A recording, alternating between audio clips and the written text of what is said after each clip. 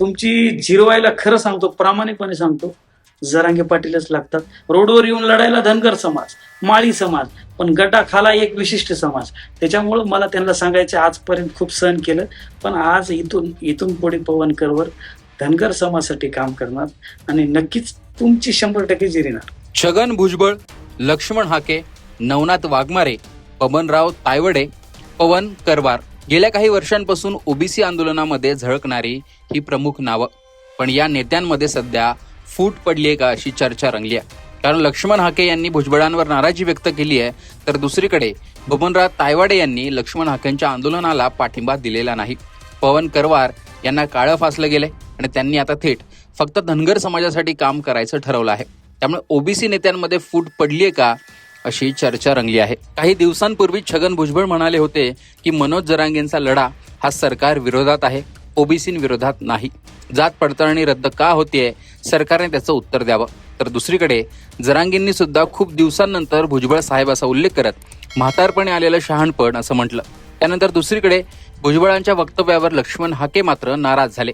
लक्ष्मण हाकेंनी भुजबळांना उत्तर देत नाराजीच उपस्थित केली. माझी भुजबळ साहेब आमचे नेते आहेत. विथ रिस्पेक्ट मी भुजबळ साहेबांना एकच प्रश्न विचारू इच्छितो की काल परवा शासनाच्या वतीनं सांगितलं गेलं की 22,20,577 कुणबी प्रमाणपत्र या महाराष्ट्रात वाटली गेलेत असं म्हणतोय आम्ही. 22,20,577 कुणबी प्रमाणपत्र. मग एवढ्या मोठ्या संख्येनं जर आमचा मराठा बांधव जर ओबीसीमध्ये आला तर मूळ ओबीसी त्यांच्या स्पर्धेमध्ये टिकू शकेल का? या प्रश्नाचं उत्तर ज्येष्ठ आणि ओबीसीची वेळोवेळी कणखर भूमिका घेणाऱ्या भुजबळ साहेबांनी आम्हाला सांगावं. भुजबळ साहेबांची अडचण आहे ते मंत्रिमंडळात मंत्री आहेत, त्यामुळे त्यांना सत्ताधाऱ्यांची भूमिका घ्यायला लागते का तसं सांगितलंय का हे बघितलं पाहिजे. पण आमचं म्हणणं आहे की आज रोजी ओबीसीचं आरक्षण संपलंय. कधीही आमने सामने बसू, विथ एव्हिडन्स आम्ही सरकारला दाखवून देऊ की कसं संपलंय. शासनाच्या विरोधात असणारा जरांगेंचा लढा माननीय छगनराव भुजबळांची आईमाई काढत होता, त्यावेळी आम्ही तरुणांनी, आम्ही युवकांनी तुमच्या डिफेन्सला येणं आणि ओबीसींच्या मनामध्ये विश्वास निर्माण करणं. ओबीसींच्या घरावर दगडफेक होत होती. बलुत्या आलुत्यामधल्या नाभिक समाजाच्या, धनगर समाजाच्या अनेक समूहाच्या लोकांवरती त्या बीडमध्ये घरं जाळली गेली. कुणी एखादी कमेंट टाकली तर त्याची आईमाई काढली जात होती, हाणमार केली जात होती. त्यावेळी आम्ही बोलायचं नव्हतं. त्यामुळं काय चाललंय या महाराष्ट्रामध्ये मला कळत नाही. आणि भुजबळ साहेब, मी म्हणतोय की आज रोजी ओबीसीचं आरक्षण संपलंय. मी शेकड्यानं उदाहरणं तुम्हाला देतो. तर अशा प्रकारे लक्ष्मण हाके यांनी भुजबळांना प्रश्न विचारत ओबीसी आंदोलनावरून नाराजी व्यक्त केली आहे. तर लक्ष्मण हाके हा जो मोर्चा काढणार आहे त्याला कोणताही मोठा चेहरा नसणार असंच दिसून येत आहे. त्यामुळे ते एकटे पडल्याचं देखील चित्र आहे. याच मोर्चात राष्ट्रीय ओबीसी महासंघाचे अध्यक्ष बबनराव तायवाडे सहभागी होणार नाही असंही म्हणालेत.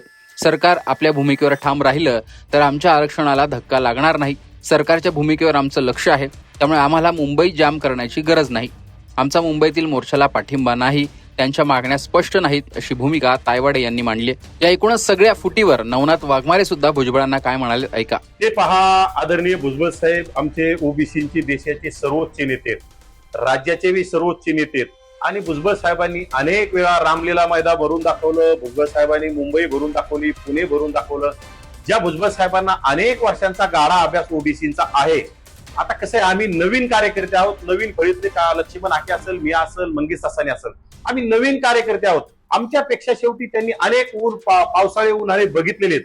त्यामुळं मला भुजबळ साहेबांची भेट घेतल्यावर, भुजबळ साहेबांची चर्चा झाल्यावर याच्यावर बोलता येईल. परंतु राज्यामध्ये अनेक बोगस नोंदीमार्फत कुणबी प्रमाणपत्र वाटप झाले, ते रद्द होत आहेत. त्यानुसार भुजबळ साहेबांना विश्वास असेल की जे बोगस आहेत ते बोगस ठरतील आणि जे वैध आहेत ते वैध ठरतील. त्यामुळे भुजबळ साहेब असं बोलले असू शकतात. परंतु नक्कीच मी उद्या किंवा परवा आदरणीय भुजबळ साहेबांची भेट घेऊन त्यांच्याशी चर्चा करणार आहे आणि त्यानंतर तुमच्याशी मी बोलू शकतो. तर अशा प्रकारे या ओबीसी नेत्यांची वक्तव्य आणि त्यांच्या भूमिका यावरून ओबीसी नेत्यांमध्ये फूट पडल्याचं चित्र दिसतंय. एकीकडे मनोज जरांगे यांनी 29 ऑगस्ट पासून आंदोलन करणार अशी भूमिका घेतली, तर ओबीसींचा मोर्चा घेऊन लक्ष्मण हाके 1 सप्टेंबरला मुंबईत येणार आहेत. त्यात हे सर्व वादविवाद सुरू असताना पुन्हा आरक्षणाचा मुद्दा पेटणार असंच दिसतंय. मात्र त्याआधीच ओबीसी नेत्यांच्या बदलत्या भूमिका यावरून वेगळीच चर्चा रंगलेली आहे. एकूणच ओबीसी नेत्यांमध्ये फूट पडली का याविषयी तुमचं मत कमेंट बॉक्समध्ये सांगा. लोकसत्ताला फॉलो आणि सबस्क्राईब देखील करा.